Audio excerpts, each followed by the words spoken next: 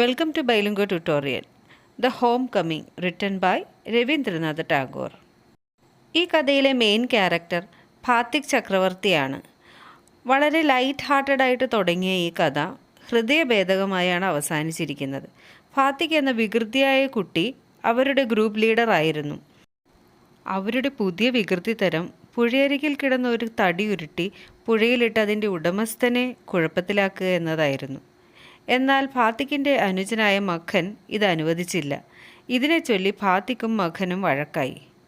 ഈ വഴക്ക് വീട്ടിലേക്ക് നീണ്ടു. രണ്ടുപേരുടെയും വഴക്ക് തീർത്ത് വിഷമിച്ച അമ്മ തന്നെ കാണാൻ ഒത്തിരി നാൾക്ക് ശേഷം വന്ന തൻ്റെ സഹോദരൻ്റെ കൂടെ ഭാത്തിക്കിനെ കൽക്കട്ടയിലേക്ക് അയക്കുന്നു. സന്തോഷത്തോടെയാണ് അവൻ വീട്ടിൽ നിന്ന് ഇറങ്ങിയതെങ്കിലും കൽക്കട്ടയിൽ അവനെ കാത്തിരുന്നത് അത്ര നല്ല അനുഭവങ്ങളായിരുന്നില്ല. അവന് തൻ്റെ വീട്ടിലേക്ക് എങ്ങനെയെങ്കിലും തിരികെ പോയാൽ മതിയെന്നായി. അവസാനം രോഗബാധിതനായ അവൻ അമ്മയെ വിളിച്ച് കരയുന്നു.